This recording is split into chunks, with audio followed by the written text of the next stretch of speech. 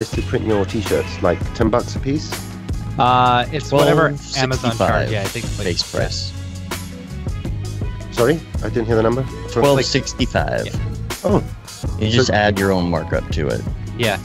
Oh, I printed white and black shadow. 14 Canadian a piece for 5 pieces. If I go 100, it's going to be like $8 a piece. Not bad. Yeah. This allows you to do as many colors as you want. Yeah, you can do It's the quality of the shirts that I like. Yeah, they're really nice. I got some nice, really soft, thick cotton, 100%. So I'm gonna start wearing them at Siggraph, and yeah. Say Nose Man Nose on it. Yep, only this. Yeah. Funny. And it has this version of, which is Orestes Konstantinidis. He's presenting as well. He works design. All right, looks like everything's coming online. That's good.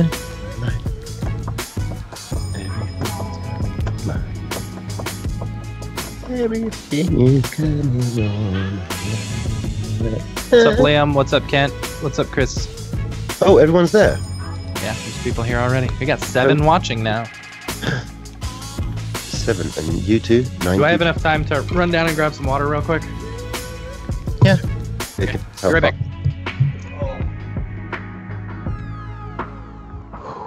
Was he not wearing pants?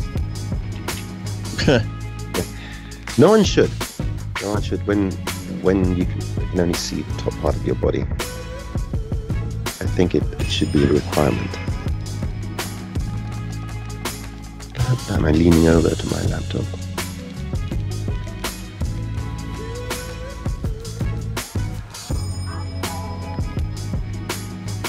Oh, live now. I like to see myself with a delay. So everyone's listening to us now, right? Yes, they are. Yes, they are. No, man. You've seen my new... Oh, they can't see us yet. Bam, bam, bam.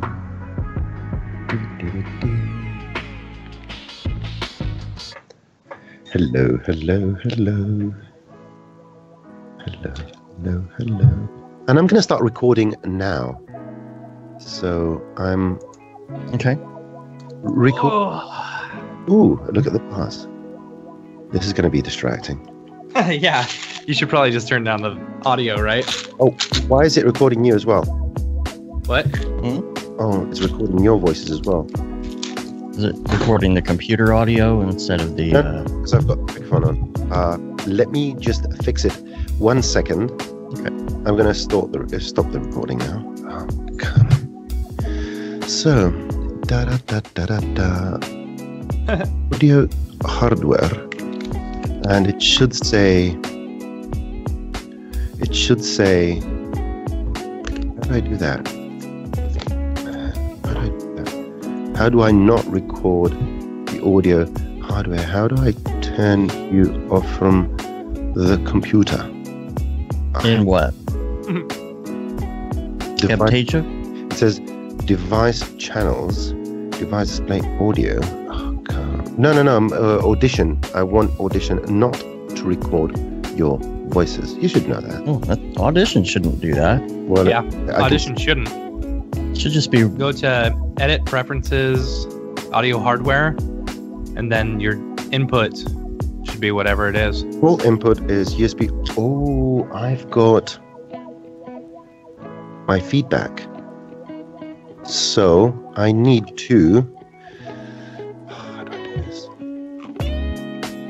Oh, no. So, say something. Test 1 2.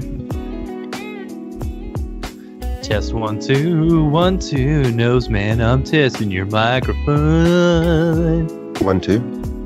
Now I can't hear you.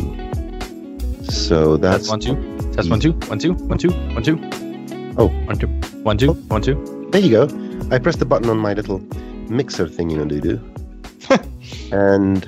How'd that work for you? It only records my voice now. And that's... Test 1 2 1 2 1 2 1 2. It can't hear you, but it can... Good. Is my voice hear me? So it seems to... I've got red on the bars. Shall I turn down? Why is that? I mean, my if you're- voices are coming unclipped. Is my voice clipping? Everybody? No. Is my It doesn't sound like it. must be Okay. your input gain. My As gain. long as it's not clipped on your recording. And well, it sounded okay before. So, shall I stop it and listen to it for a second? Yeah, just listen to it real quick. Make sure it sounds all right. Say something. Well, it already records. So, is my voice coming? So it seems to. I've got red, and I think my voice is coming through perfectly. Okay, cool. Yes. All right, let me take the screens to live. Turn off the music. Hey everyone. There we go. The sexiest baritone since True. Barry White, the Love Doctor. But with an English. enough of your love, babe. If you could just sing that for us, that would be great. Yeah. I'm not very good at remembering lyrics. That's one of them. So, there we go. It's weird to see yourself a few seconds ago. Right. That's a creepy sensation. Like, oh my god, it's a sort of a time machine. Just looking back on yourself. Myself is there. Dave, is the audio super delayed? What do you mean? Like, I'm watching the stream right now. Shouldn't be. It's the same as it all. Okay. No, it's I mean, just mine is it's because this slightly computer delayed. sucks. My Yeah. computer that my Skype is on sucks, so my video is delayed. But that's this computer. Okay. So Yeah. I mean the audio and video are slightly delayed from us. No big deal. should be Whatever. fine. This is an audio Alright. podcast, not a Is video ever- podcast. Exactly. Is everybody rolling? Everybody rolling? Not yet. Okay. Well, let's roll. Let's do it. All right. Everybody rolling? Yes, sir. All right. Rolling. Let's do the clap. 1, 2, 3. Alrighty. Perfect. I need to buy one of those. Yeah, Dan, if you refresh your stream, I think it'll be less than a second. Don't go by my mouth because it's so off because of my stupid Skype. Yeah. That'll be fixed once I get this computer built after Siggraph. Yeah, you got Oh. in all your parts, right? Yeah. Why didn't Exciting. you guys? They announced today the new Threadrippers, the 2990s. Oh, are you kidding? Yeah. You should send this one back. Wait. It's still You in want to the listen to case. this? You want to listen to this? Base speed 3.5 gigahertz, 32 cores, 64 threads. Boost speeds 4.2 gigahertz. There's Yeah, a but rumor the 32 core chip is $1,800. 1700 and some change. No. Yeah. Nope. I'm saving that money for my video card. Yeah, you can go to the 24 core at $800, I think. They've got one which is like significantly better than the 1915X, and it's under $1,000. Now the thing is that this processor, and let's begin the news in this flavor. There's a rumor that it will spit out just over 6,000 Cinebench points. Jeez. I'm not joking, and I'm working my way towards Oh my maybe gosh. getting one of those relatively soon. Yeah, and Dave, maybe doing you a should review. maybe you should look at this. No, it's never been done. It's just came out today. I knew of the rumors some time ago. Yeah. You need to check out the specs, and then buy a thick leather belt and start smacking yourself.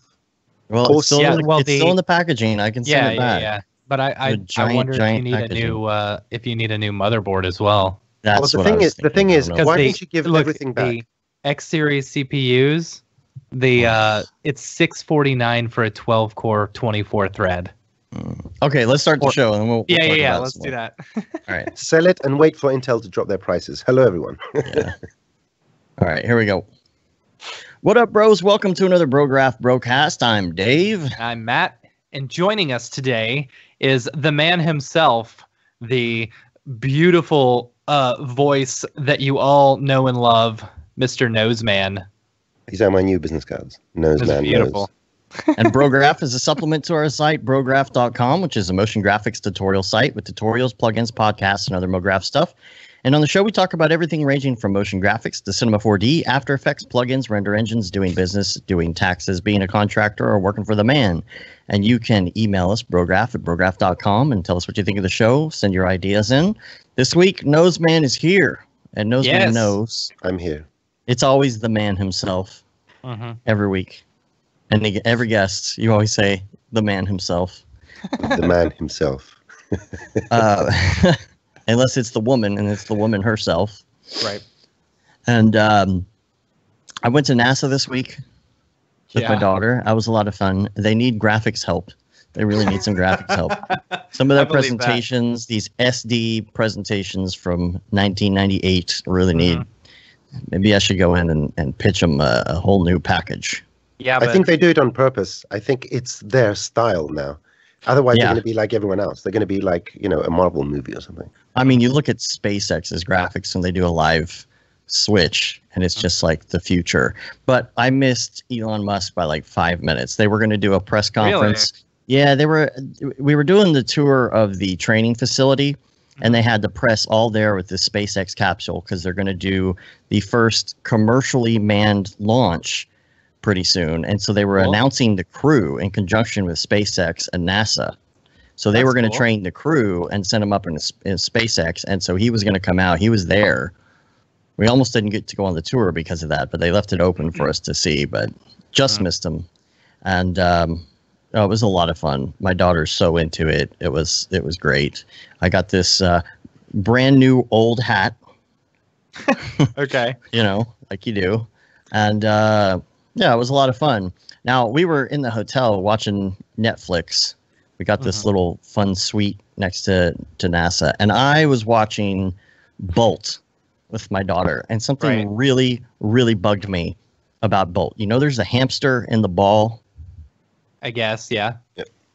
I don't understand why this is. Awesome! Yeah. It can't, but okay. In a render engine, this couldn't be possible. Unless it's done on purpose, I think. So I'm trying to figure out, if you look in the ball, there's all this distortion in the ball. But when the ball turns and comes to a stop, everything behind it also physically turns. It doesn't distort. It turns at an angle. And it was bugging the crap out of me because I'm like, a render engine wouldn't do that. It's like it is done on purpose. Like the things behind him in the ball tilt. Yeah, at like a 45-degree angle. I'm going to have to look this up. Really bugs me. Really bugs me. But you'll have to look at it. If you've seen it before, if you're an artist, you probably... Yeah, it's really hard to watch movies as an artist. Absolutely. So... I had it on DVD with another... But I think I have maybe over 150 DVDs, all in European zone. And I can't play them here, but thank God we have Netflix. I see what you're talking about. Yeah, I'm watching a scene from it. And it's like as the hamster ball, like as he's beginning to move, it's like the whole background will move too. That's weird. I don't understand. But then it's normal as he's going. It's almost like there's the Where did you find that? Where did you find that? Because now I just YouTubed Bolt hamster ball. Yeah. Okay. Don't put anything in the dingus or else it'll go over our faces and yeah, it's really weird. It's like they would have had to manually go in and put a new background in there and purposely tilt the background to make it do that. And and why would they go through the trouble of that? Yeah, I don't know. That's what I don't understand. But anyway, the reason that we're here today, the reason I've called you all here today, is because R20 has been released, and that's what our whole show is going to be about today. Yay, we're not really doing anything else. We're just going to talk about Dave's R20. Dave's going to insert some audience applause and everything right here. No. If you hear weird voices, it's my son that just woke up. I was going to break these out and have some sparkles, but I think I'm going to burn my fingers and light a fire on the carpet. Those are some let's short imagine sparklers. it. Yeah, let's imagine it. Yeah. Sparkles.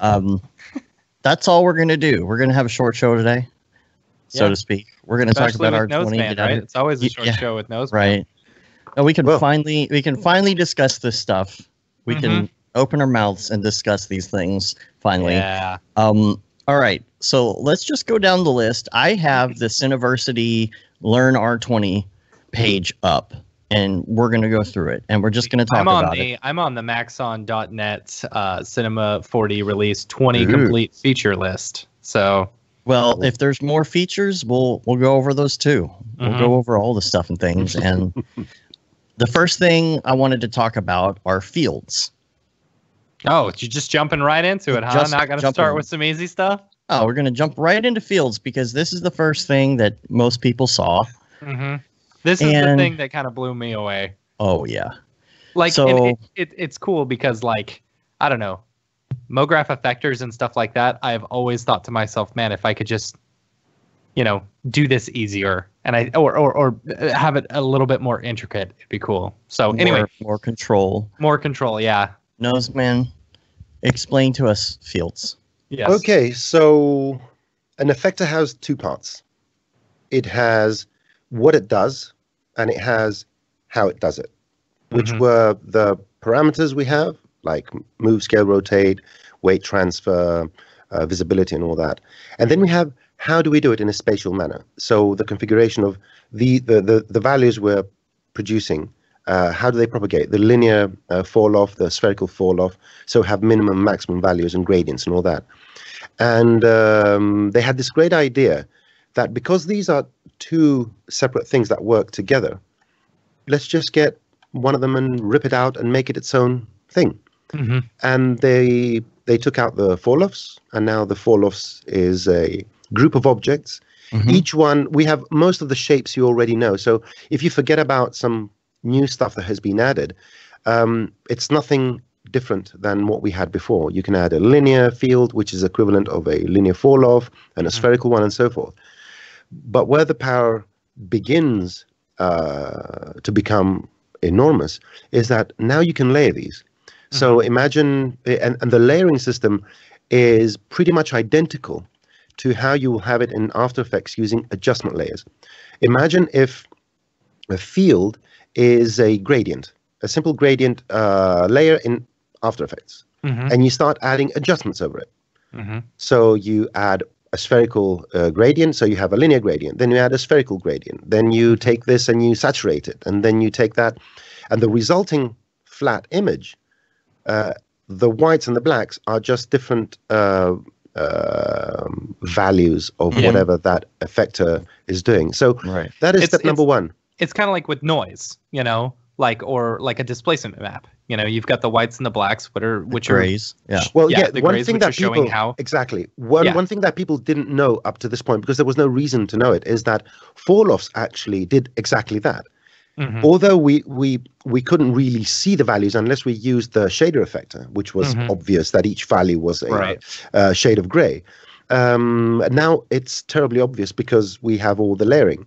And it's very interesting now because if you know how to put together any kind of grayscale image manipulation using adjustment layers in Photoshop, now you know. Exactly. No, those are the transfer functions. So the transfer functions is one thing, but actually using the adjustment layers like levels and all that, and how you affect basically adjust the black and white gradient to make it look in a very particular way, make things more contrasty and all that. And that's what the field list is now.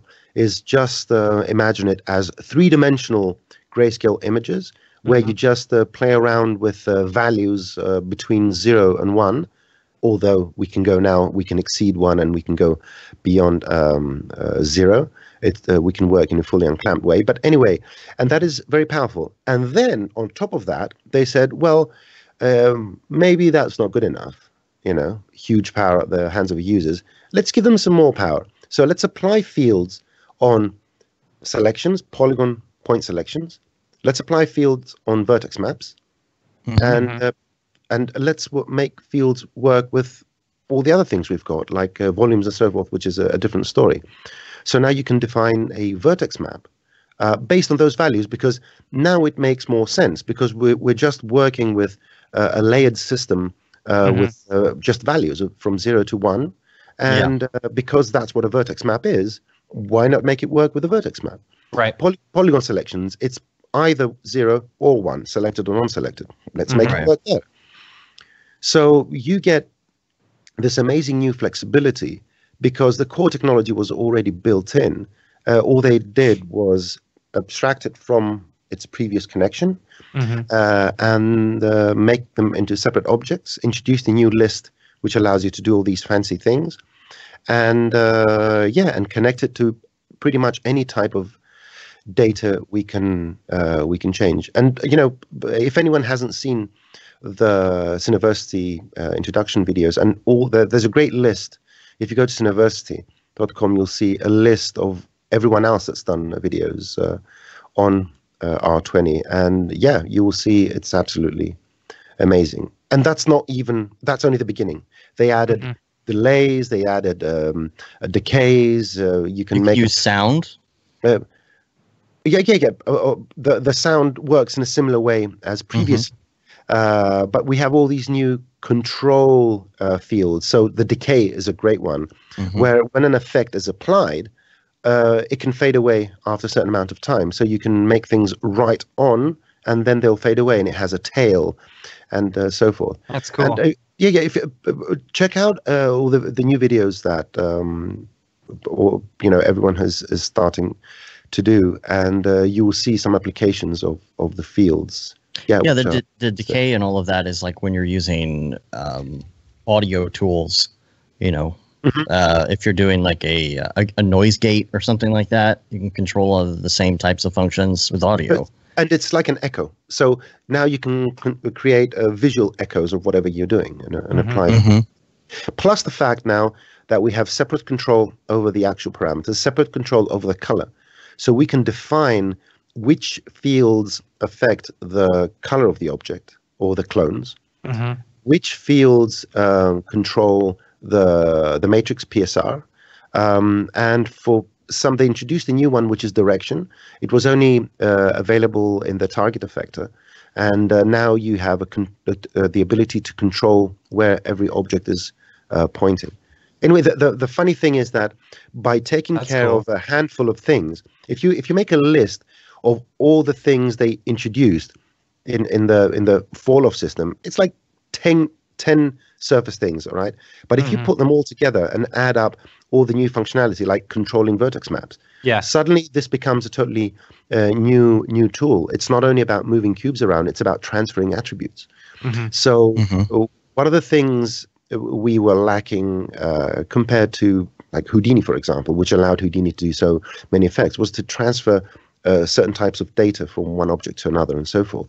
And here we're seeing the beginnings of a system just like that, because we can take a value from a clone, transfer it to a vertex map of an object in a spatial manner, and then drive something else with that. Drive a deformation, or drive a vertex map shader, or drive something else. So we can start transferring data back and forth, and still the system, I think they're going to extend it more, because we're only scratching the surface of its abilities.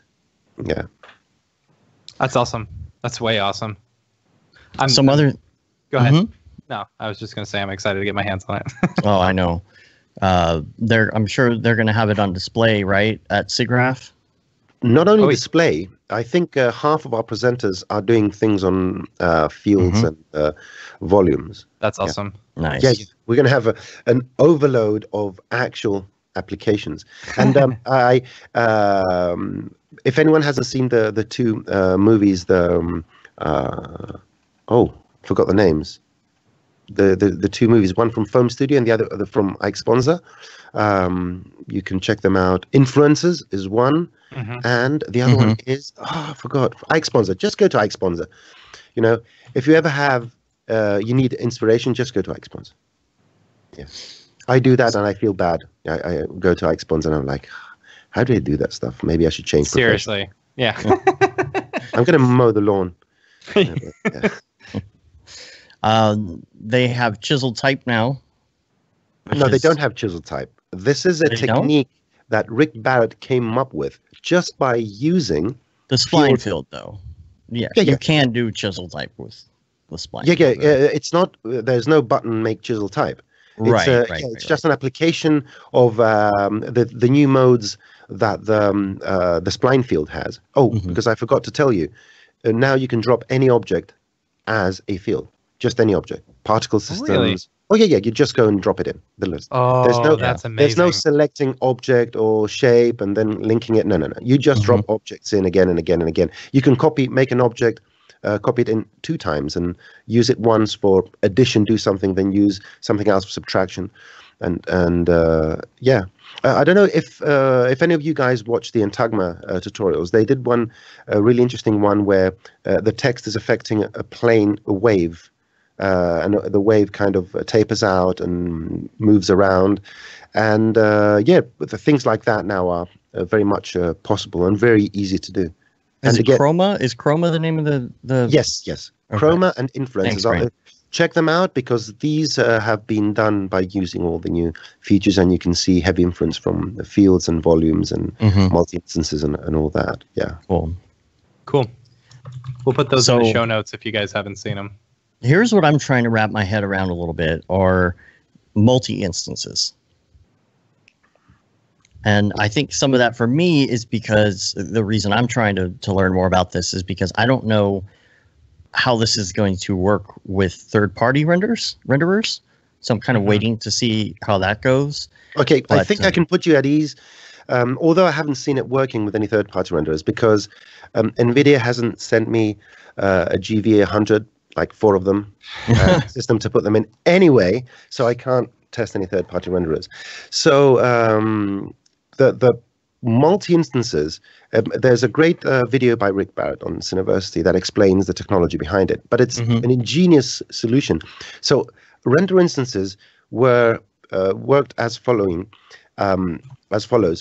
We had one object, we reference it once in memory, then we create the matrices of that object, where it's going to be and what its size is going to be in rotation, and it just cloned that piece of little memory where the object was in memory everywhere else. So that allowed you to have a lot of instances, but it still makes the system internally have to calculate all those matrices. So if you had 1,000 objects as render instances, the object itself was only saved once in memory, but its positions and rotations, you had 1,000 of those in your scene. So Cinema 4D had to control, manipulate, and keep, and present and do whatever it needs to do for 1,000 objects. And as we know, many objects is not the strongest point of our object manager, but object handling system. Whereas single objects with high polygon counts is much better. So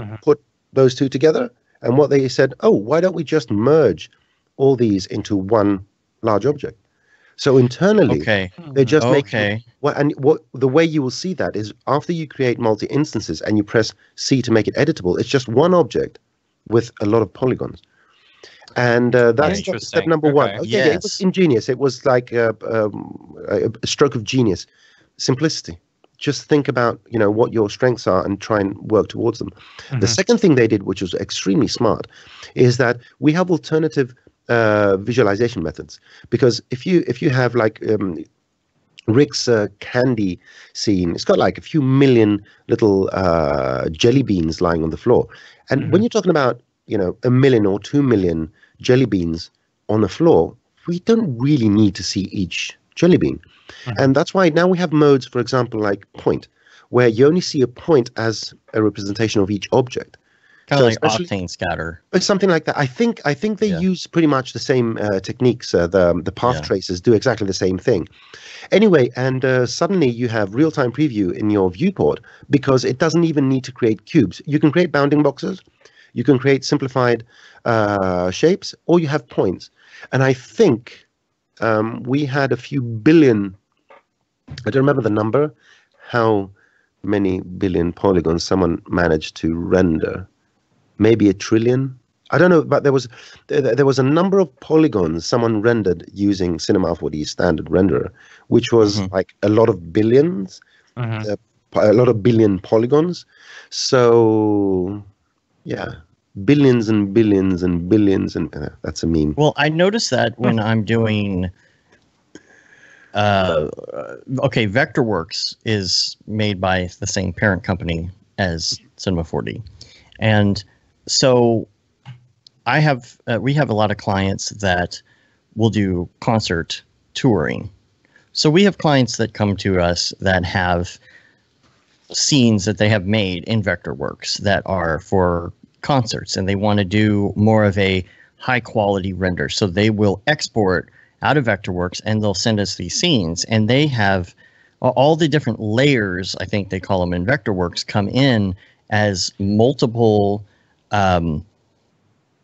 as multiple objects basically in Cinema 4D. So what happens is when they send me those and I try and import those so I can do something with it, it may only have 1 million polygons in it, but because it is so many individual objects, the viewport just comes to a crawl. And that's the one thing I noticed is that if I take those objects and I start merging them and doing clumps of different sections and merging, and then I eventually get them into one object, it's exactly the same. It's the same number of polygons, but all of a sudden the viewport is like butter. Mm-hmm. So this is kind of the same concept. It's taking that and merging them virtually, I guess. Well, the good thing is that to solve this problem with the new CAD import, and I'm just moving forward a bit, the new CAD import we have allows you to merge objects based on a number of rules, or create instances of objects that have been defined as instances in the CAD software. So this is a new functionality for us. The instances in the CAD software come in like that? Yeah. So when you use most of these advanced CAD software, they use instances. I mean, they have exactly the same technology. And now, recognizes. Exactly, it recognizes it. But not only that, you can choose to merge objects based on several number of factors. So based on a layer, for example, you can say merge all this layer and so forth. I'm not absolutely 100% sure exactly what it does, but there are a lot of ways to optimize these kind of things. So suddenly you have this huge CAD scene. You press import with the right settings. You go get a coffee, because these are heavy files. And even in programs like Rhino or Moy and all that, it can take 10, 15 minutes. And I think that for non-native files, so for the CATIA and all the files that our new CAD import supports, I think that we're slightly faster than Rhino. And that's very, very impressive. Although we do polygonization and all that. Anyway, I think I sent Max on a test. I think it was 250 megabytes IGS file or something like that, and it opened in about 10 minutes, and on my old Mac Pro. So and it does all these optimizations. So you just click on the button, go get a coffee, and then the scene is in front of you. It has the minimum amount of objects, providing you gave the right settings and all that. So that's another extremely well thought of optimization for workflow for anyone that uses CAD. Well, what was the name of that? What's the name of that software that we have, Matt? That's like $900. That Okino or Okino Polytrans. Okino Polytrans. Oh man, that is such a pain. It's so clunky looking, and it's all that whole process has to happen only sometimes, because lately it seems like people have been able to give us files that we've been able to work with, but especially since I think there's a couple more formats that kind of came up in R18 or R19, but we had that piece of software for those straggler programs and formats that we couldn't get to open, and it was just such a pain to get it where it needed to be to just start working on a project. I'm super excited about the step files, being able to import step files. Because I can't tell you how often, like, we see on the Slack or something like that, someone's like, hey, I've got a step file. Can someone convert it using, Max for me or something like that? For me, it's IGS, because it's one of the most common NURBS formats as well.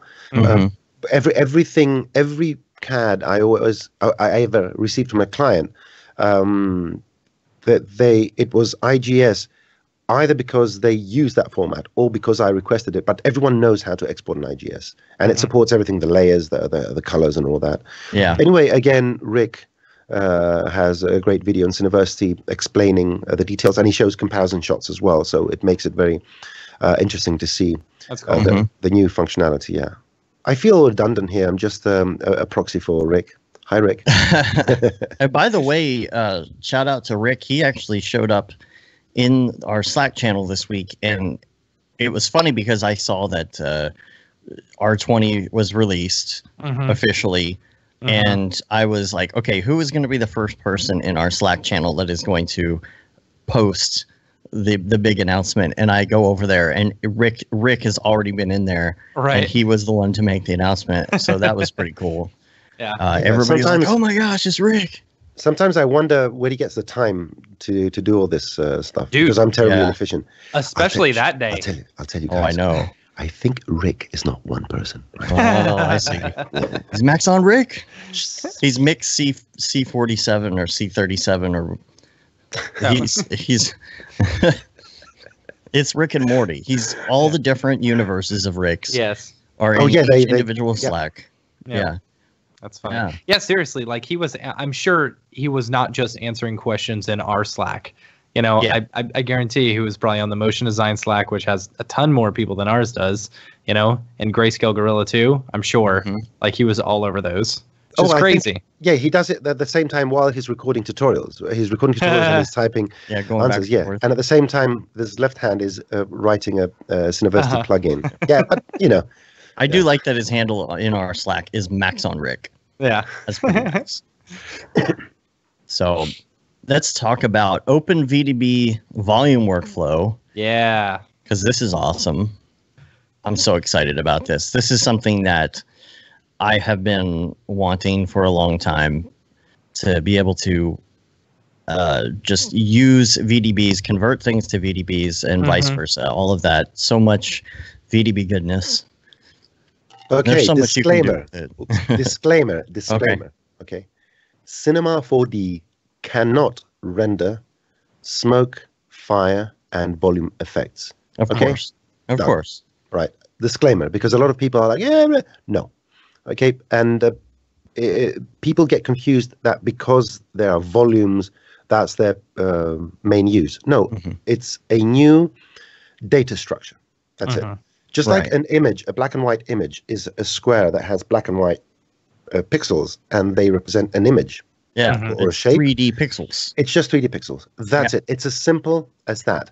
The genius part about the people that came up with the OpenVDB, which I think it's some sort of collaboration with DreamWorks Animation and so forth.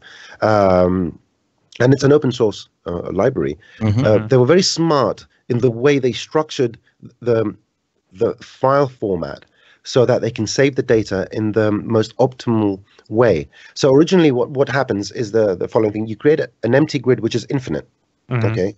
But it's totally empty, and it takes up about 0 kilobytes. That's it. Right. And the way they assign a numerical value, any value, to any one of the 3D pixels, the voxels, only that takes up memory. Right. So it depends on how large, and they're very efficient in the way they store that that information. Is it just an XYZ coordinate? I mean, that's the simplest form, right? Yeah, I don't know. Yeah. No, no. Sometimes what I realized is that, the layman's explanation, it's just 3 coordinates, 3 numbers, and so forth. And sometimes there's it's so complex how you can actually use 1/10 of the data to store it. How does that happen? But they do. It's like compression, compression algorithms. I never understood exactly how they work. Yeah. Anyway, so what we have now with the volumetric workflow, predominantly it's used for modeling. So, and I've been working on some videos these days that will come out soon enough for Cineversity. So basically, what you do is you can change the way you model now, and although it's catered mostly towards, let's say, organic looking or softer shapes. On the other hand, because a lot of machined, so I have this cup here, and it's got very sharp edges. So this wouldn't be an ideal object to model using volumes. First of all, you don't have to. It's a lathed object. We have a tool for that. It's called the lathe tool. But when you're doing something which has a bit softness, so, oh, there you go, a stopwatch. There you go. This is a multi-component, and it's cast. It's molten plastic that gets cast. For these type of objects, it's perfect. It's absolutely perfect, because all you have to do is you use your volume builder generator, which is a simple generator. It's green. It's a generator. And you, as children, you put underneath it any object you want. Now, imagine if you had a Boolean tool, just like a Boolean, where you can input any number of objects underneath and go per object and say, I want this to be additive. I want this to be subtractive. I want this. That's basically what you do.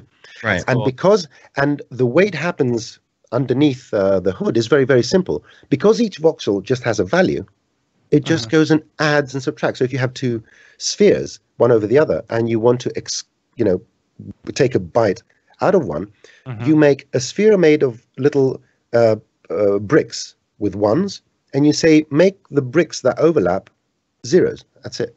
Yeah. So that is the first thing, how you create the volume. Then you have to go through this very complex process of meshing the volume. You have to press one button and bring up the volume mesher, and then drag the builder as a child, right? So it's a click and a drag, or you can shift click, I think. But it looks like it's chamfering. Is it chamfering? So what happens with the mesher is, because it's trying to mesh to create a kind of a shrink wrap around little bricks, depending on how high your resolution is, you're going to get a better defined surface. Okay. Now, there are certain inherent limitations. For example, if you're using a polygonal object, then you will see the facets because the normal information doesn't propagate. But we can use filters. We can smooth it. We can use, on top of that, a smooth deformer. Overall, your modeling speed, if you're doing things like this, okay, things like this, or organic, like humans, or you want to create a base to start sculpting and all that. I'm not lying if I tell you that in some cases you will work 100 times faster, because you don't have to think anymore about, how am I going to bring these two together? What if the geometry, this and that? No, just add things. So again, go to Rick's tutorial with the gummy bear. So basically, you can just add a whole bunch of things together into this VDB creator.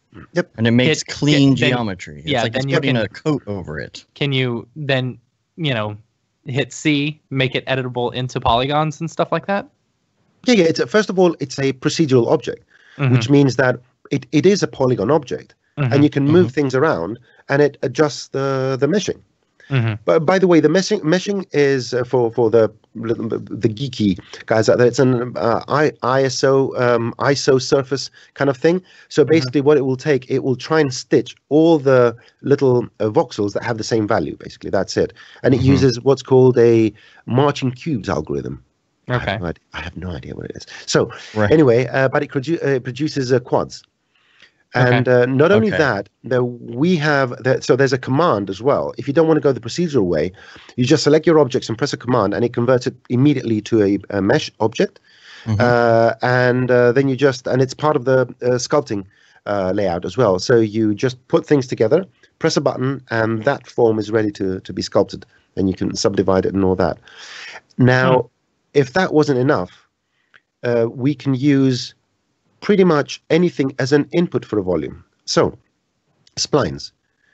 So you can drop any spline, even if it's a procedural spline. It supports most splines with a step effector, so it can create a tapered spline. So you can create like tentacles and stuff like that. Cool. You can use particle systems, either particle groups from thinking particles, or the standard particle emitters, and it can take into account the particle size.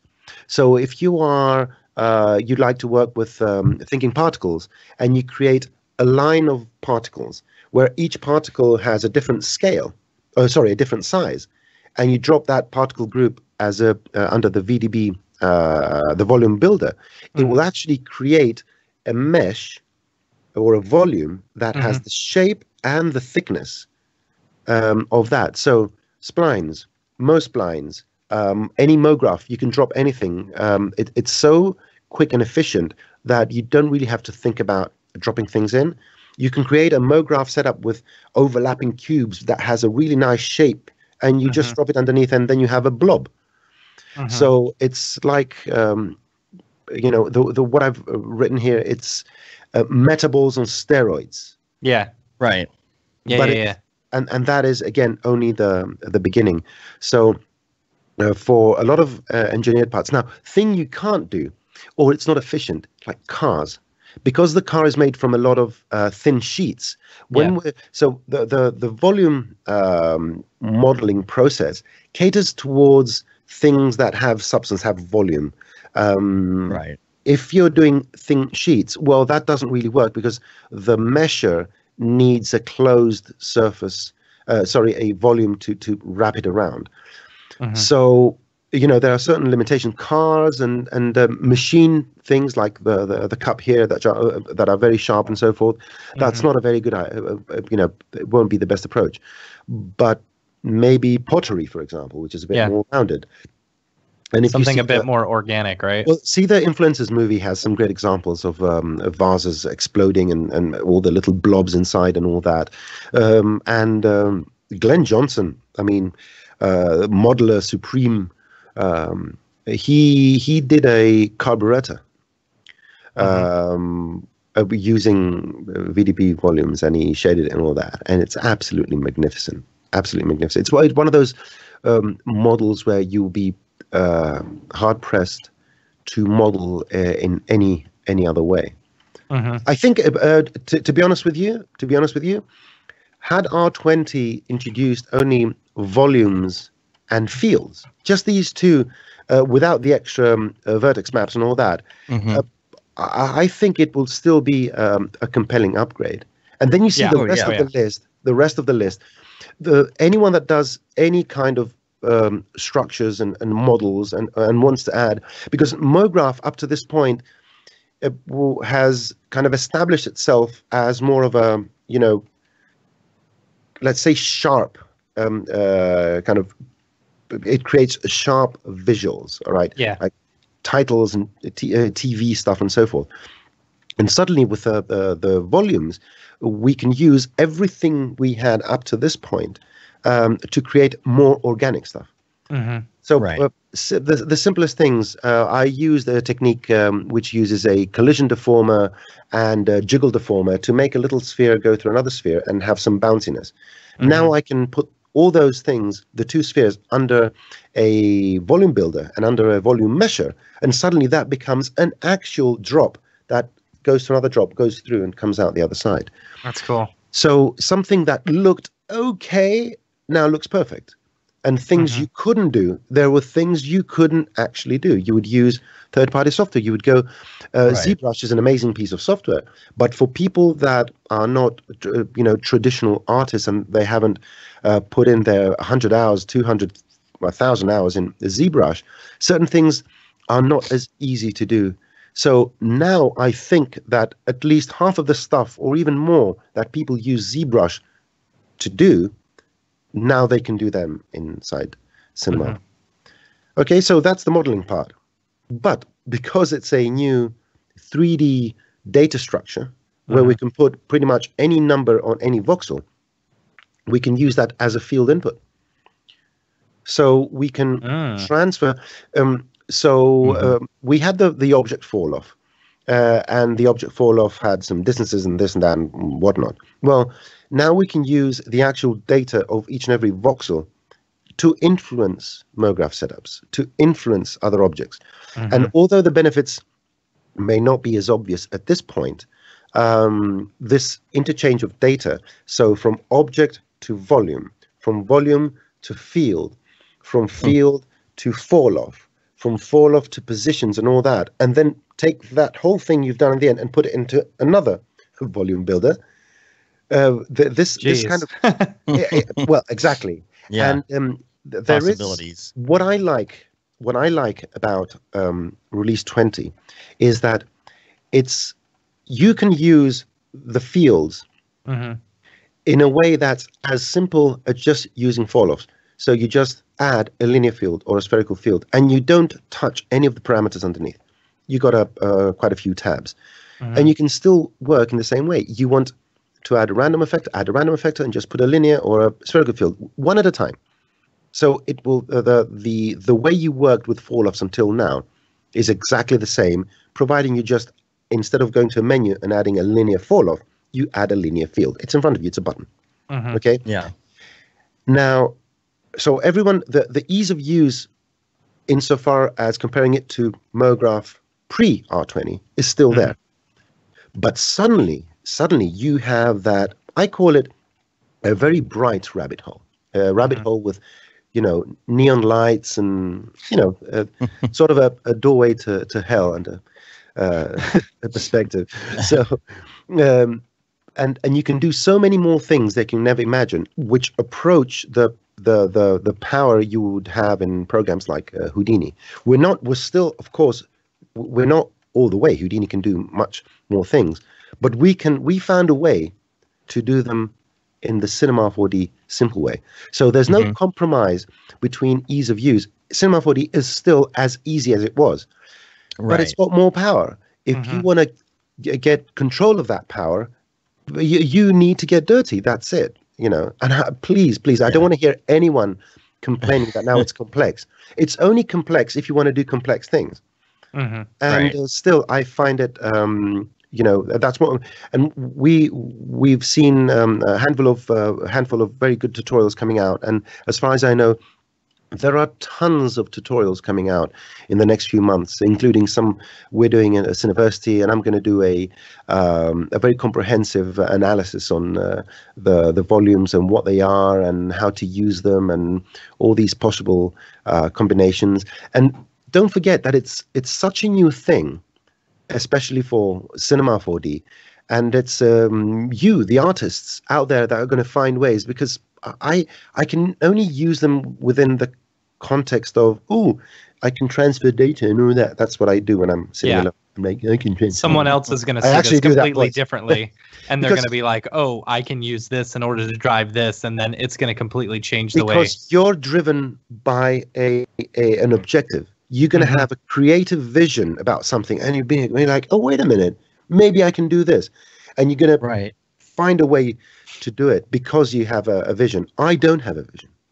So, yeah, that's a bit of a problem. But hopefully both all the videos that are going out now and the presentations you're going to see at Siggraph and so forth are going to spark your imagination. And we're going to start seeing some amazing things happening. I did a, let's say, fake fluid simulation, like water running. If you see the video I did on Cineversity about the volumes in general, at the end there's a kind of a very fake fluid simulation, and that was 10 minutes with standard particles, 3 emitters to create the drops and all that, under a volume builder and under a volume mesher.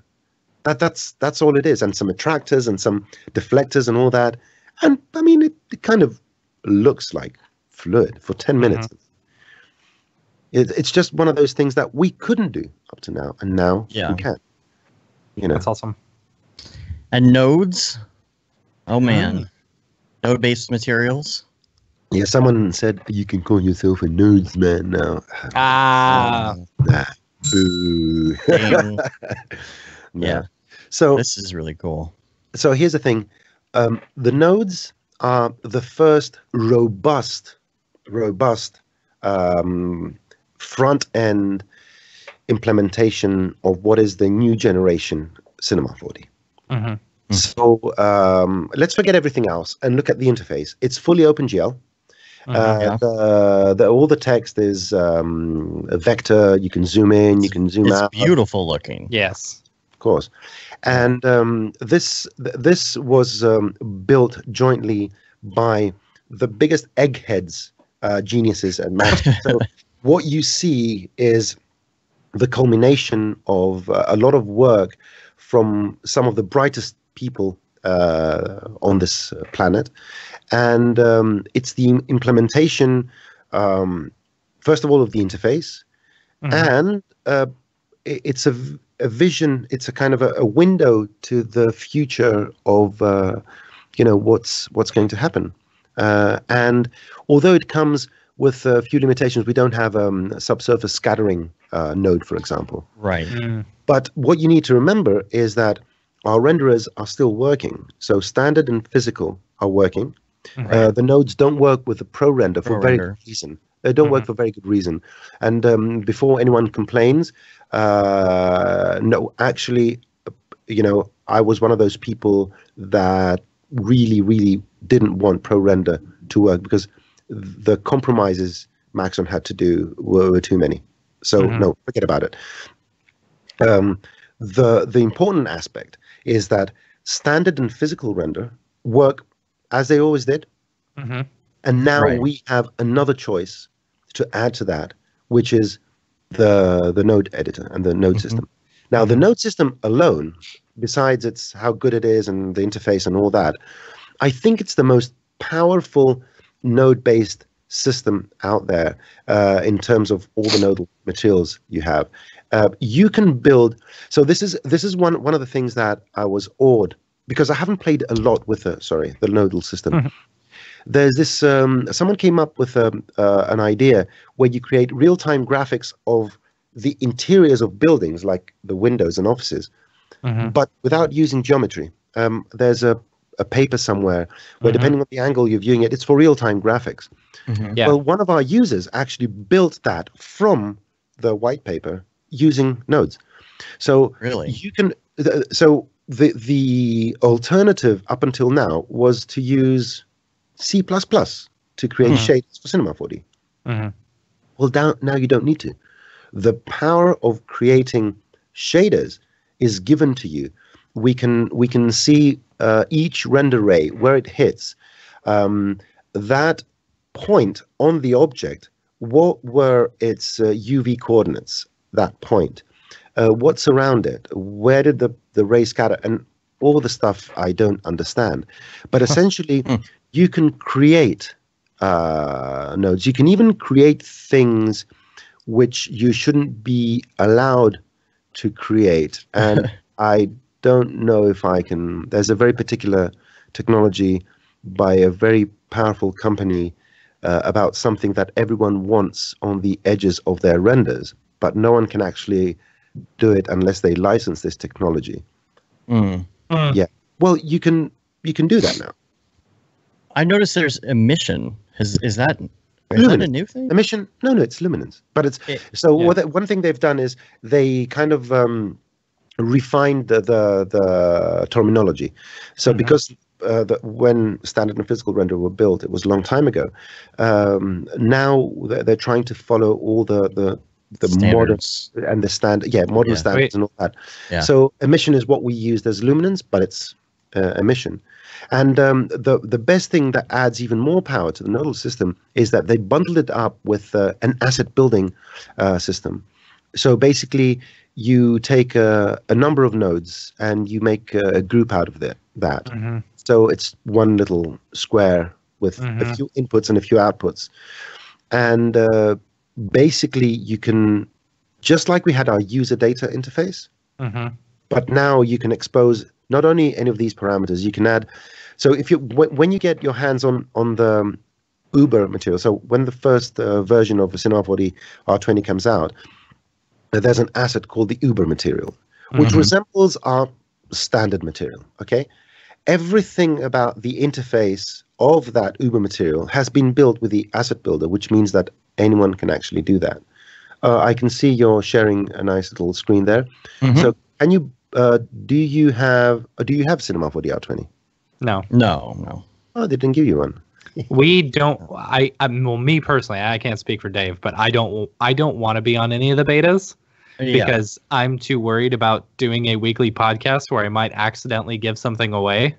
Oh, but since it was announced, we have. You could have asked Rick for an NFR version. Yeah, we had the opportunity. We just so if you scroll down, let's see.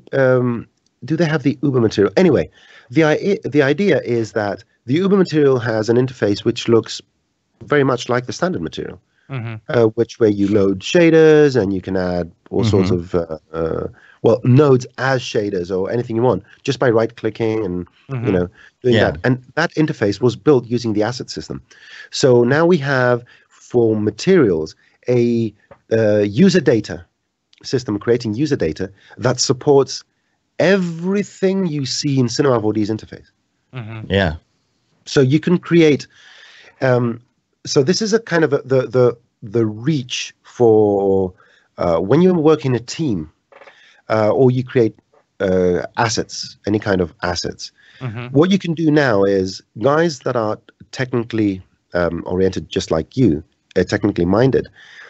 You can create your nodal material, and with a very, very simple process, depending how complex you can do it, you can actually create a preset, which is, it works like a normal material. Yeah. And I don't know if you can lock it or not. That's another thing I'm not sure about.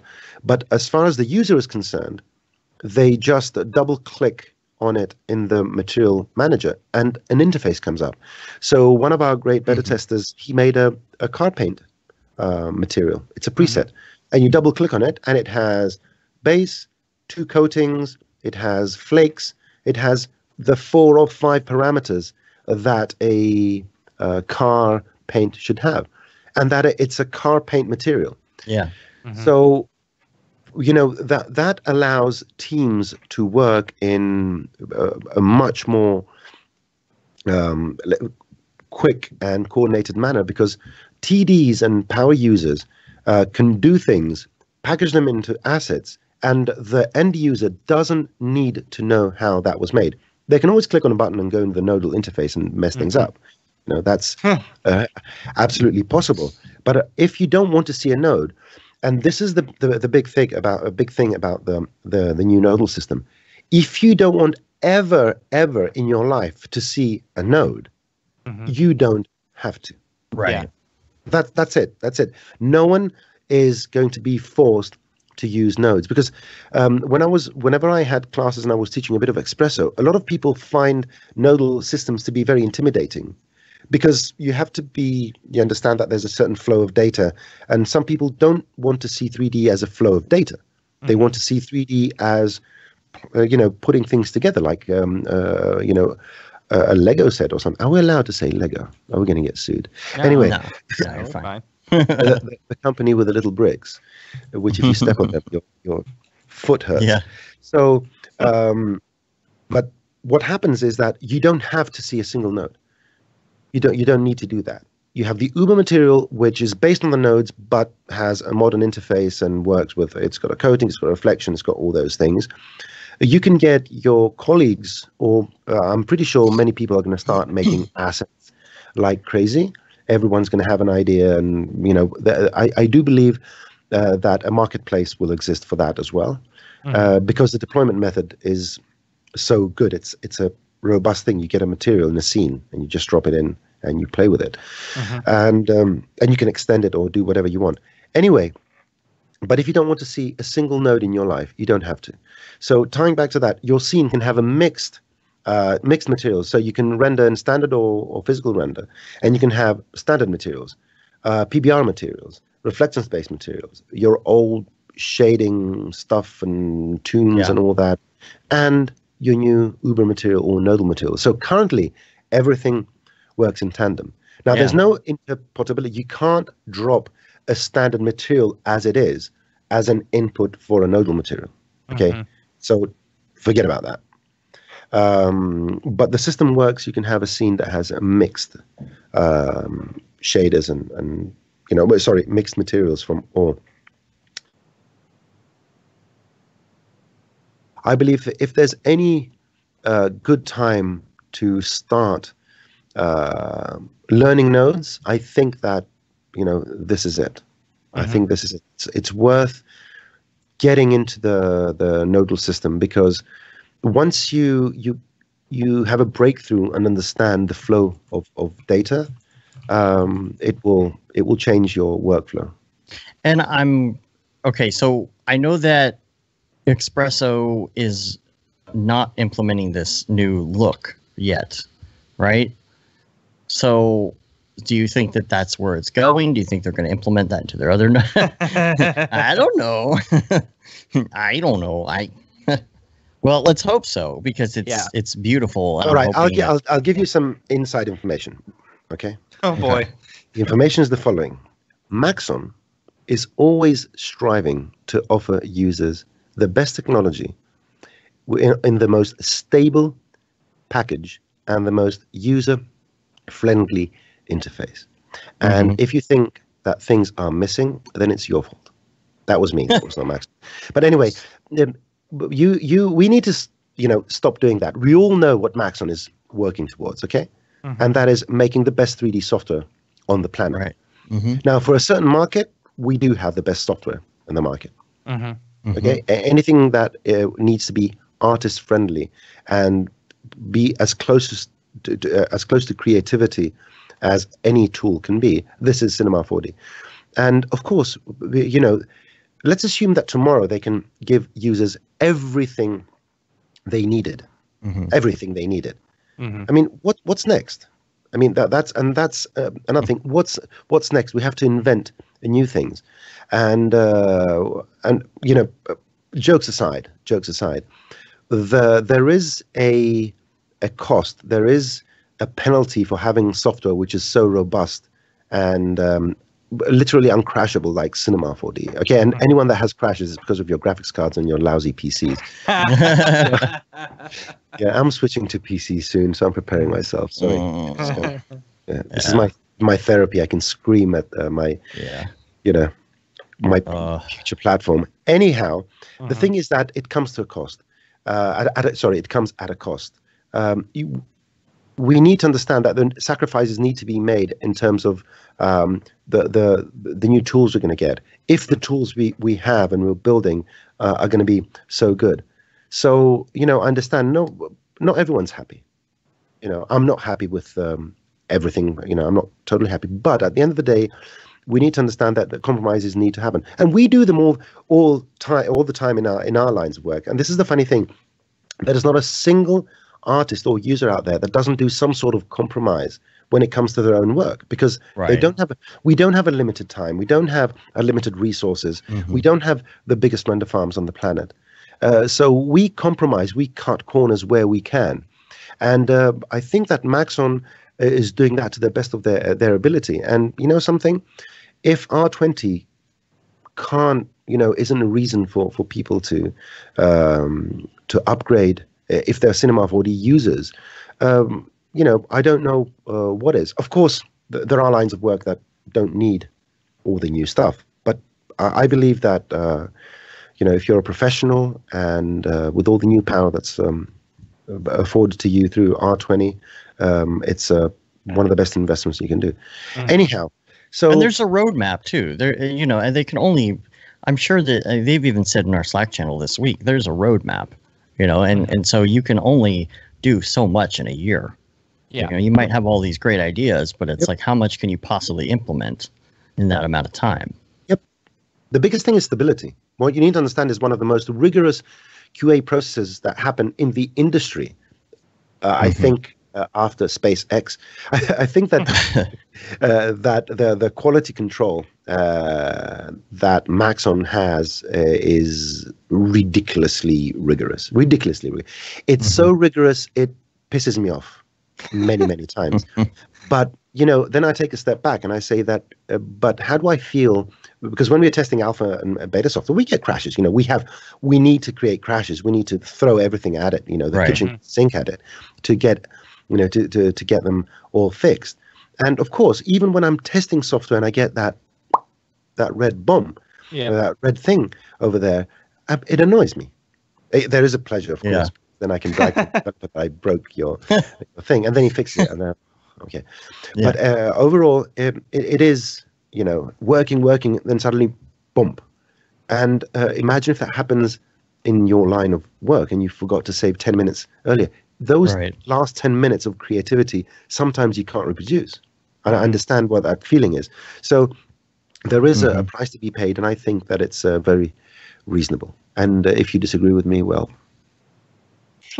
yeah, that's my serious Okay, so yeah, looking forward, we can only assume that these are core technologies that are going to be reused in one way or another. So those are the major things. Is there anything else major? There's a lot of other minor things. The gradient enhancements, motion tracker enhancements, Alembic well, the enhancements. gradient. So the gradient, yeah, it's one of those small features, but I love it because you can zoom in the gradient now. So you got two nodes and we're trying to go 14. Oh, thank goodness. And you use your normal shortcuts. So one pans, two zooms.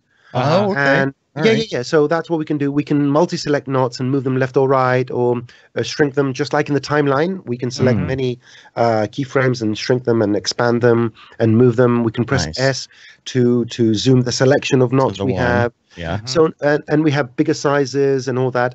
But in the nodal system, you can actually drive knots, not with just colors, but with images as well. Oh. So I've been using, I've known of its existence and I've used it and I still don't get it. So you use as an input of a gradient knot an image or a noise or another gradient. How does that work? What does it do? Well, you'll find out soon enough, which is another way for me to say. I've seen they've got a complex noise thing that's based on the gradient, and it's like magnificent. And you can see a preview in the gradient. You can actually Is it putting the noise in the gradient, or is it putting the noise into the knot? I don't know. But it's one of those new things. Like it's a new concept. It's a new. It's going to be the show art for the episode. Is you doing the I don't know. Probably, but so the gradient. Let me move down the list. So Step Pages, SolidWorks, and JT CAD files. Yeah, that is go watch Rick's little video. That's going to give you more information than I can. Yeah. So the material assets, we talked about that. ProRender, which has been greatly enhanced. It's much faster now. It works really nicely with Apple's Metal. It has subsurface scattering, which is quite decent. It's got multipasses. It's got motion blur and so forth. So tell me about the enhancements on the motion tracking stuff.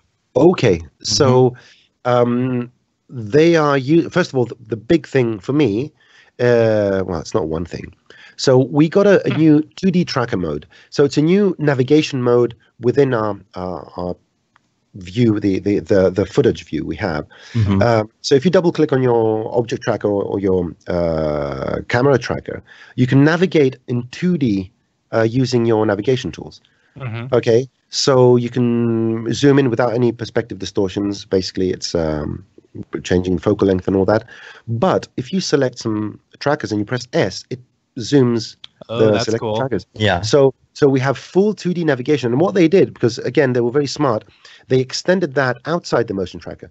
So now, sometimes you would have an image and you would have to go and select the film zoom and the film move to go and do that. Well, now it's mode. So if you go to your camera menu in the viewport and you pull down the 2D tracker mode, you can actually do 2D navigation in your scene. So they built it for the tracker, but they allowed it. They put it in the normal, 2D navigation mode. So you can go and zoom in and see a detail where you want to see how it's going to render in high resolution. So you can bring that up. Now, the trackers now for the manual track, they have the new list. So one of the things that hasn't been highly publicized is that we have a new include-exclude list, which is the one used for fields, volumes, and the motion tracker. So when we drop multiple objects in our include list, now in these three contexts, we have all sorts of different things we can do with them, move them up and down. So the tracks now have a more advanced list where we can multi-select. We can put them in folders. We can turn on and off locking from the list view. We can change the color. We can change that's cool. So say you can select a whole, like say someone's walking in front of the camera. You can select all of the people or all the points of them walking in front of the camera and do that into an exclude list. No, you can just delete it. No, you just delete it. I know you can delete it, but say you want to keep that for another track later. That's a good question. Yeah. I'm talking about the manual tracks, not the auto tracks. Oh, right. So this Okay, is never mind. the auto tracks are auto tracks. This is about the manual tracks for the object tracker and the camera tracker. And the list now is live. You don't need to select it and click on a button to delete. Now you just multi-select and press delete. So they've brought it to the 21st century. See, I'm still waiting for them to be able to do where you can select a manual track, like a manual point, and then track it, because Cinema 4D's tracker is so fast. Like, if you compare that to like a standard 2D tracker, like in After Effects, like it blows it out of the water. So what I've always wanted is for them to be able to do like you select a point, you track that like mega fast, and then you can export that individual point as a 2D null into After Effects, You can already do that. How? So there's an Espresso node which is called 2D track, and you connect the tracker number, and it gives you the 2D coordinates of it. I need an easier way of doing it. like a non-nodal way. Is that what you're saying? You don't like the node. Yeah. Anyhow. So the other enhancements, they have a dedicated tracker view. So there's a little window where any track you have selected, it's got a magnified view of your selected tracker. The same thing that they have in Synthesize and all the other trackers.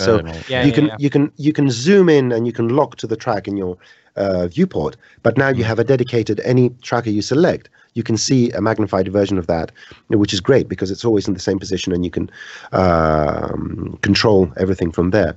Now, the algorithm has changed. So the 2D tracking algorithm that detects the actual features has changed, and it's faster and more robust. So now your tracks are much better. Now the other thing is that we used to support direction per track. We could either track bidirectionally or front or forwards or backwards. Now the tracking can be per keyframe. So we can have a track of one tracker, and from one keyframe to the other, it tracks forward. The other tracker, from another point, it tracks backwards, or it tracks bidirectionally and meets in the middle. And you can see the representation of that in your graph view. So you know that each tracker is tracking this way or that way. Not only that, now they have the virtual keyframes where you can tell it, when you're tracking, put a keyframe every 10 frames. Or put a new keyframe whenever the error threshold goes beyond a certain point. That's cool. So we used to have to go, every time the tracker lost its position, we had to go and add a new snapshot of the feature to allow the tracker to continue. But now you've got three methods, discrete methods of getting the tracker to do that for you. And that will speed up your workflow. And you can see these trackers as blue, so you can go and change them in your graph view. But it's great. I mean, on Cineversity, I have a very quick overview of those. What else do we have there? Alembic enhancements? Oh, the Alembic enhancements. That's actually quite big because so now we have the ability to select any object or group of objects in our object manager, right-click and say Save as Alembic or Save as Alembic and delete. So it will bake everything. It's a one-click solution to bake things as Alembic and link them up to your scene. So you right-click in the object manager and say replace with Alembic? Yep. That's cool. Yep. So it bakes it out and replaces it, or bakes it out and makes a copy. Does it ask you for a place to save it, or does it just save it within the project?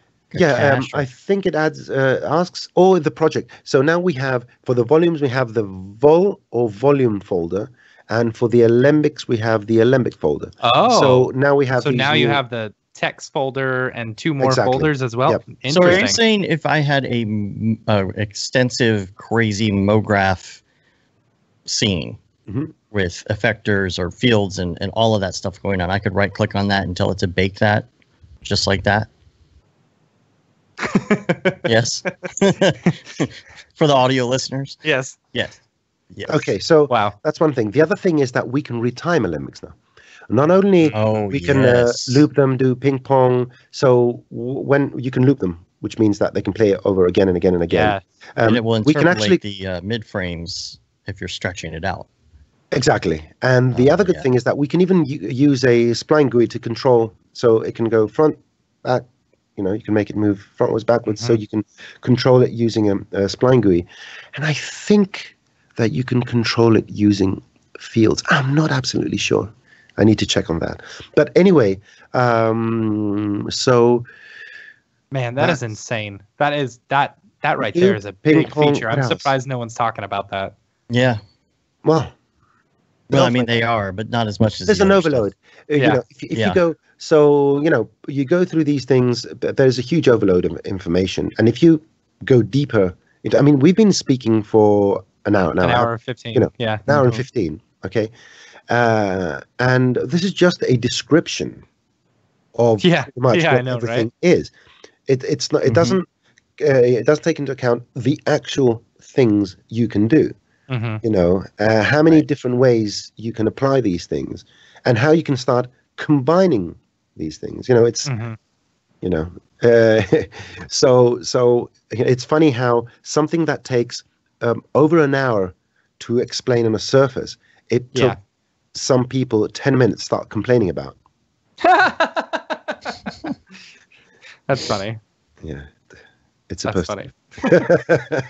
So have we now? Were we talking about this before the show? The multi instances and stuff like that, or did we already chat about this? No, we talked about the multi. Oh, we did. Yeah. Okay, yeah, that was during the show. That they can tell us something. Oh, that's right. Because he talked about it actually baking it down to one object and stuff. Yeah. That's cool. Kevin, Thanasty in the house. Kevin, do you see my new card? With now let me ask you, with multi instances, you can't do MoGraphs like dynamics with it, right? No. That was one. You can't do dynamics, but it works a bit better with MoGraph shaders. So they've in the process of making them, they've tweaked a few things with MoGraph shaders, and they support full color and all that. But you have to remember that this is one object.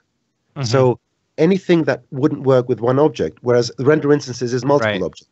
So those things won't work.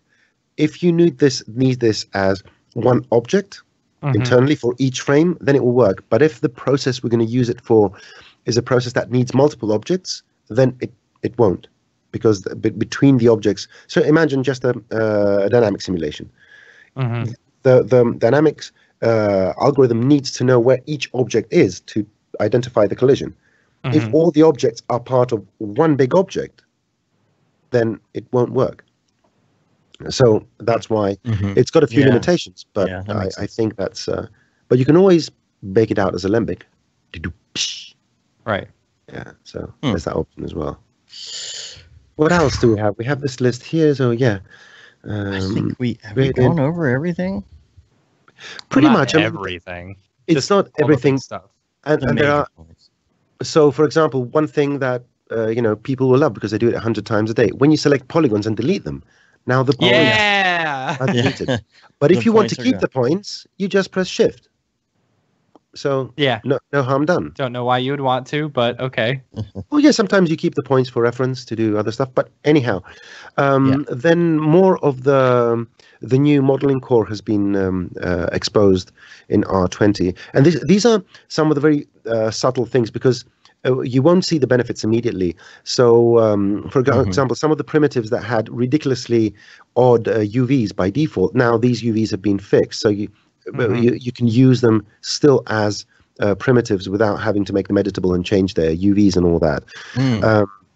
I think more objects have been added to the new modeling core subsystem. So you won't see any real benefits currently because it has to go through the old layer of Cinema 4D to show. But under the hood, there's a lot of work being done in the modeling core of R20. and like aligning normals and doing all sorts of things that sometimes in some fringe cases didn't really work, and now they do. So these are more hidden things that will, people won't realize they're happening because things are going to work more predictably as users would expect.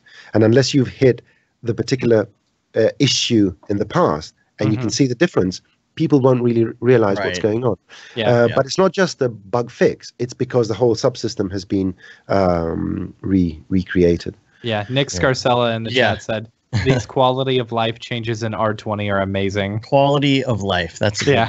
That's a good. Well, Cinema 4D on its own shows good quality of life, albeit with not much sleep, because people like to work on it for many hours. Yeah, it's like binge watching a Netflix series, something like that.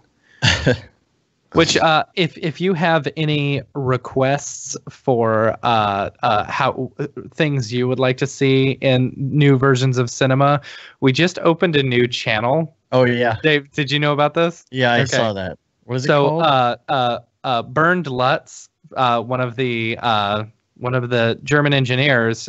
He's a product manager. Okay, yeah. Okay. Well, he's actually in the Slack, which I didn't know. And so someone was saying, "Hey, what's everyone up to today?" And he's like, "Oh, just working on R22." So that you know, Bernd is the guy that makes the list of what will go to the next version. Yes. So that's the person working on 22, he said? Yeah, he's working on 22. He said they've already laid out R21 and they're now working on implementing that. But we have he said Slack. It, we didn't.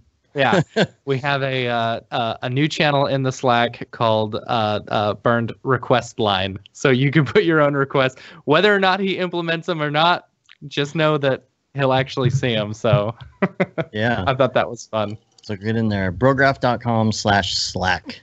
Yeah, Bernd is a great guy, one of the smartest guys in Maxon. And he's very well traveled and very invested in the product. And he's got a huge history of technology. He used to be in academia, worked in all sorts of weird labs. He was doing VR when it didn't exist. It was just some sort of thing that universities put together. So he's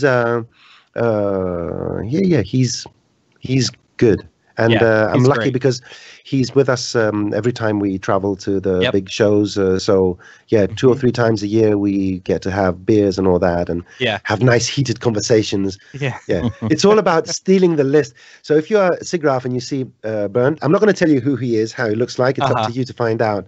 And he's always got the list in his back pocket. I can attest to this. I can attest to this because we were all having dinner one night together and he was sitting to my left and we found out who he was and we're like, oh, I've got a few things. And he pulls out the list and just starts making notes. What's funny is I was like, oh, I got some stuff. And I pulled out my list that I've been keeping for years of the things I want. Yeah. It was a big list. So you open up your list. Yeah, a toilet paper roll. Yeah. Guys, this is not toilet paper. Oh, it's well, I mean. My God, is this toilet paper in Texas? Yeah. That's what we have to use from riding horses all day. Right. This is toilet paper in the United Kingdom. Where is it? What is that? Floss. Yeah, this is in the United Kingdom. This is. Well, y'all have bidets in the United Kingdom, so you don't use the mint stuff. Stings. Ooh. So anyway, Bernd. One thing you'll need to remember. One of the reasons you should come to the shows is, of course, to meet these guys. Where are you? You must be that way. We're on your right. Yeah. Oh yeah, so towards the sea. So these guys. And not only these guys, but meet all the artists and connect up. And there's always a whole group from Germany. Or thank. Of course, yeah. Or worship. Yeah. Yes. The Germans love to have their hands kissed. So if you see them firm handshake, and you go, Bernd, you can say Don Bernd. like grazie. He Yeah. speaks. Bern speaks like 4 or 5 languages or something like that. Jeez. Yeah, we're talking about people, smart people there. Yeah. Yeah, that's the thing that Nick Campbell is saying. Is like, thank them. Don't just come up to them with your list Yeah. and tell them what's wrong. Tell them what you love. Yeah. Right. Yeah, and they always that's why they go there. It's not for the travel. Mm-hmm. It's actually work for them, and they're in meetings from morning. They wake up at 5-6 o'clock in the morning, quick breakfast, and then it's meetings. The studios with companies, with executives, with engineers. Especially Siggraph has one of the most intense schedules, because they bring a lot of developers, because they go to all the seminars, all the modern technologies, and the product managers, they go there as well, because they need to know what's going coming on. Yeah. Oh yeah, we're talking about they do like 14-hour days, and then they have dinners in the afternoon with other from other companies, executives and developers, and they exchange ideas and so forth. But the reason they come there, and they're on the show floor, so between their professional engagements and all that, they are at the booth because they want to talk to people. They want to hear from the people, and of course admire the passion and the work that that artists are doing and all that. But it's work for them. They're not there for holidays. No. They have their holidays when they do their normal 8-hour work in Germany. These are not holidays. These are hardcore business trips. Yeah. So head out whenever you can and come and meet these guys, because amongst the whole networking thing and all that. And one thing, if you think you're good enough to present and you have something to show, contact Matthias. Yes. Absolutely. And you're going to be presenting. We're going to be presenting. We're going to see all our friends at Siggraph. Not as many as we see at shows in the States, unfortunately. It's a little more cost prohibitive to get to Siggraph. Okay. I forgot. Yeah, it's because it's. Were you thinking it was LA? No, it's the same distance as if I'm going to Las Vegas, and I've never been to Vancouver, and I always forget it's a local flight. Yeah, you won't have to go through customs. I know. Yeah, we're going to see everybody there. We're going to do a podcast at some point. We don't know the details of when and where it's going to be yet. We're just going to kind of bring our stuff and figure it out once we get there. We kind of know our schedule, but we don't know if we're going to do like Sunday night, Monday night, hotel, not hotel, who's going to be there. It's just going to be by the seat of our pants. Yep. May or may not be broadcast, depending on what kind of internet we can get. Or may not, Okay, I want to add one more thing before we close off, because right. So on the development front for Cinema 4D, so Python, C++, project files and all that, everything has changed. So as far as plugin development, in order to make plugins work with R20, they have to be recompiled. Now, there have been different opinions on how easy or difficult it is. The rule is that, because a lot of people are going to complain, what Maxon said, and I believe them, because it was an internal discussion, it wasn't public, is that if people have been using the standard Cinema 4D guidelines for creating plugins up to now, to modify your plugin to work with R20 is relatively easy. I wouldn't say trivial, but for any developer that knows what they're doing, it's easy. Now they have it's like recompiling almost, right? It kind of, they do need to change some things, but if you've kept up with the Maxon guidelines all these years, then it will be easy. Now, that doesn't mean that everyone wanted or had to use the guidelines. In that case, it may get even slightly more complex. Now, what Maxon has done, it's extended the support for developers. So you sign up as a developer. If you don't want to sign up, then sorry, there's nothing really we can do. You sign up as a developer, and the quality of support you receive is stellar. The whole development support team is like one of the greatest teams, and they never get the exposure because what they do doesn't come to the forefront. And it's not only what Maxon does in the actual tool set, let's think of all our favorite plugins, right? For a moment. Those plugins wouldn't be possible if it wasn't for the work Maxon is doing on the development front, providing the ability for developers to do these things. Oh, thunder. We're going to have a nice little thunderstorm now. I love lightning. Anyway, so, and the temperature is like 92, 93 degrees here.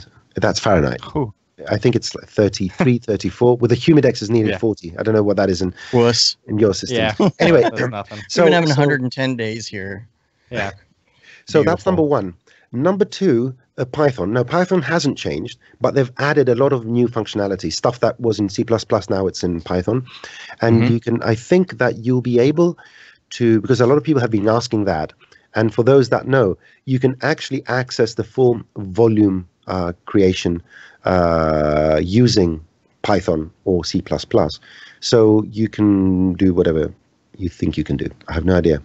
But yeah, the fact is that the API supports the volumes and the fields. Sorry. So yeah, the development part. Now, Coffee, bye-bye. Yeah, right? So Coffee plugin. Ahead of time, yeah. You know? Now, there's they've created two magnificent tools for that. Because the one thing besides the actual development, if you want to open pre-R12 files with R20, they don't open. So you can only open files from release 12 of Cinema 4D and later. It's so long ago at this point, though. Yeah. But so what they have a plugin for R19. Which is created in my Maxon. And what you do, you run that plugin inside Cinema 4D, and you tell it to search all your hard disk or one folder recursively. And it will find all the pre-R12 files, and you'll select them all and press convert. And what it will do, you go and get a few cups of coffee. It will open up every single file and save a copy of it in the same folder in R19 version. Wow. So you don't need to do any conversions. So if you have R19, you get the plugin is already installed. You select it and you say search all my disk. It's going to give you the full list. You select them all, you press convert, and they save with an increment like R19 or something like that. And you let your computer do the job for you. So suddenly you have all your pre-R files up to date. Number one. Number two, they have another great plugin where it will search again your whole disk or your whole network or whatever you want it to, your whole archives, and it will find every single instance of Coffee. So it will find Coffee nodes, Coffee scripts, Coffee whatever generators, all that, and it will allow you to open these files one by one and do something with them, whatever. But it will identify which scenes have which files. Okay. Now, the good thing is that everything that was created by Maxon in terms of espresso nodes that had Coffee, they've converted every single one of them to Python. Oh, that's so rad. The functionality is there. So once you identify which file had a Coffee espresso node, you will load it, exchange the node, because it highlights them. It tells you where it is in the hierarchy. It has a whole little thing that makes it extremely easy to find these things. So you don't have to do anything manually. You just have to open these files, spend a few hours, and go and exchange them if you want to do that one-off. So every functionality that was built in Coffee now exists in Python. That's awesome. Nice. Yeah. So kudos to the development support, all my friends. Because Germany has weird laws about private information, I'm not going to tell their names, although they're all here and here. Yeah, especially that one friend. He knows who I'm talking about, and yeah, he's strong. So yeah, so these are kind of like the hidden features, but they have such a huge impact in your everyday lives, because they affect the people that make the tools, the third-party tools for you. Yeah. Man, that's awesome. So I'm super excited about it. a week, I guess. We're all going to be. Are you coming in on Monday? Is that the day you're coming in? Sunday. Okay. All right. So a week from now, we're going to be partying it up in person. Oh yeah, partying up. Yeah. Partying up. Screwing screens, putting things together, and why is it not working? Actually, I would hope by Monday we would be pretty well set up. Yes, me too. Yeah, if we're still trying to get set up on Monday, I'm gonna start panicking. Yeah, I will be Famous panicking. last words. Is that what you're trying to do here? Yeah.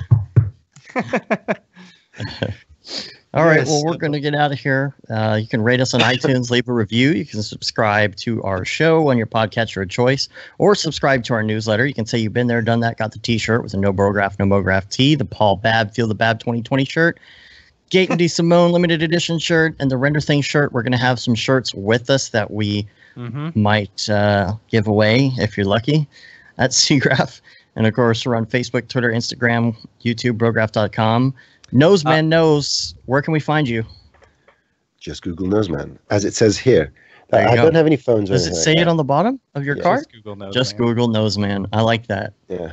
That's funny. All right. And if you guys don't subscribe to our YouTube channel, give us a little love and just subscribe because we're almost at like the magic 10,000 subscriber number. So that would be fantastic. Yeah. Cool. Then we get to go to YouTube Studios and shoot anytime we want. That's right. Yeah. If we're in LA. Yeah. Right. Dope. So. All right. Well, thanks again for being on, Noseman. We love when you come on, and you've got to come on again soon, and we'll talk about some other really awesome nerdy things.